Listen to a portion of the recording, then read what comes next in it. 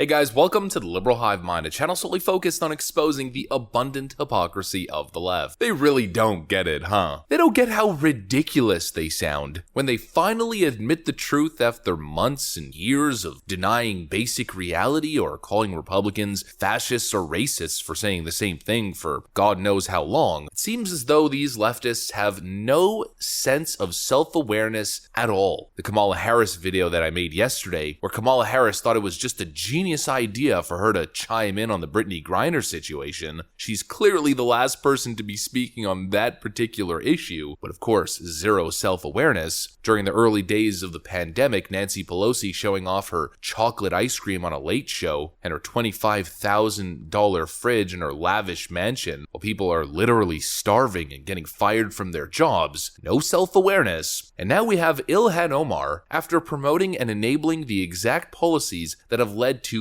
absolute chaos in Minneapolis, Minnesota. Well, now all of a sudden Ilhan Omar is pointing out the unacceptable levels of homelessness and crime in the city that she and her Democrat allies and Democrat comrades, it's the only way to describe them, run, claiming that the current state that Minneapolis is in is unacceptable and wouldn't be accepted anywhere else, even though that exact environment is literally accepted in every single major Democrat metropolitan area. These people have zero self-awareness. Ilhan, it's you, and your Democrat friends, you guys. The total delusion, hypocrisy, disconnect from reality, and lack of self-awareness continues to hit epidemic levels on the Democrat side, folks, and we just gotta talk about it. So let's roll the tape. Alright, folks, so this is the kind of stuff that you just wouldn't expect to hear coming out of a Democrat's mouth. Take a look at what Ilhan Omar recently said during an event. The level of homelessness that we have,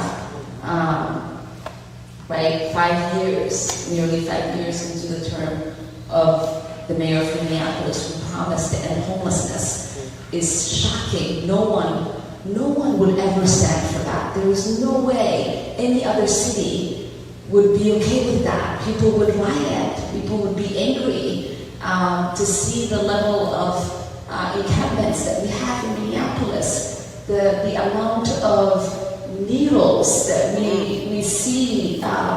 There's a clinic that just shut down that my kids used to use, Whittier Clinic, because they can't open their doors. Now, what's the common denominator across the board when it comes to leadership in the city of Minneapolis? Of course, the obvious fact is they're all Democrats. And she claims that in no other city would this be tolerated. But Minneapolis isn't even at the top of the list when it comes to these kinds of problems. I mean, just talking about homeless encampments alone, San Francisco, Los Angeles, and Philadelphia certainly have you beat. You know, the problem actually is in these Democrat cities that you have tolerated and you have accepted this. And conservatives, and frankly not even conservatives, just regular citizens, have been calling you guys out on these issues for a really long time, and you've done nothing but exacerbate the problem. You know, it's real rich coming from Ilhan Omar, real rich coming from literally anybody who's a member of the Progressive Caucus. These are the last people that should be talking about high crime levels and businesses shutting down because communities have become unsafe, drug-infested, crime-infested, let's use the proper word here without getting in trouble, cesspools. Ilhan Omar creates the problem and then complains about it. Ilhan Omar, who's on the record claiming the Minneapolis Police Department should be abolished, not reformed, not defunded, abolished. And here she is 2 years later, complaining about a city that's out of control. You don't get the right to be that much of a hypocrite. I mean, by law, by definition, of course, in terms of what's actually legal, certainly, you could be the biggest hypocrite that you want, the biggest dummy that you want, but culturally speaking, you don't get to be that much of a hypocrite. It's almost like this is what the Democrats wanted in the first place. Cause chaos and then run and get elected on said chaos. Cause crime and poverty and homelessness, and then run on an agenda that claims that big government and government is going to solve all those problems. They created the problem in the first place and now you think they're going to solve it? Democrats would be nothing without the problems they create. And we're seeing the exact same thing at the southern border. And it's really the same situation. All of these Democrats all of a sudden are outraged about illegal immigration crossing into their territory. Finally, it's in their backyard, and New York Mayor Eric Adams has had enough. Eric Adams' New York City too crime-ridden for illegal immigrants. According to the New York Post, Adams said, "We were led to believe about 40 people should have been on that bus. Only 14 got off," and suggested that the migrants got off the bus earlier than their final destination because of the fear that something was going to happen to them if they came to this location. And we're concerned about that because we don't want people being dropped off just anywhere. Well, again, you don't get to be that much of a hypocrite. These are the same Democrats advocating for sanctuary cities, the same Democrats advocating for open border policies, where that's exactly what's happening. Illegal, unvetted migrants from God who knows where, who could be foreign agents, who could be criminals, who could be terrorists, are being allowed into the country to just slip and sneak and go where they please. That's the entire point. And now all of a sudden, now that it's finally affecting them, Democrats are voicing their concern. You don't get to voice your concern. Oh, and by the way, Fox News went on the streets of New York and interviewed some people about the southern border crisis and illegal migrants now being bused from Texas to New York City, and some of the responses were just incredible. It wouldn't be happening with a different president, of course, a different administration, and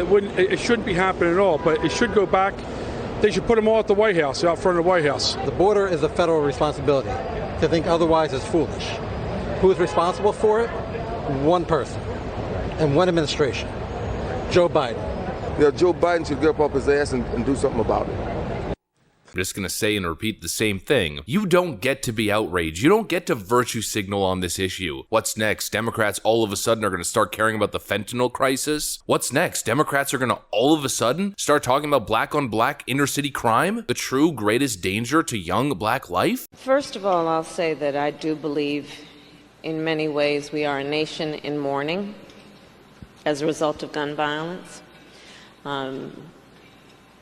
Black people are 13% of America's population, and I think it's 62% of homicide victims to gun violence.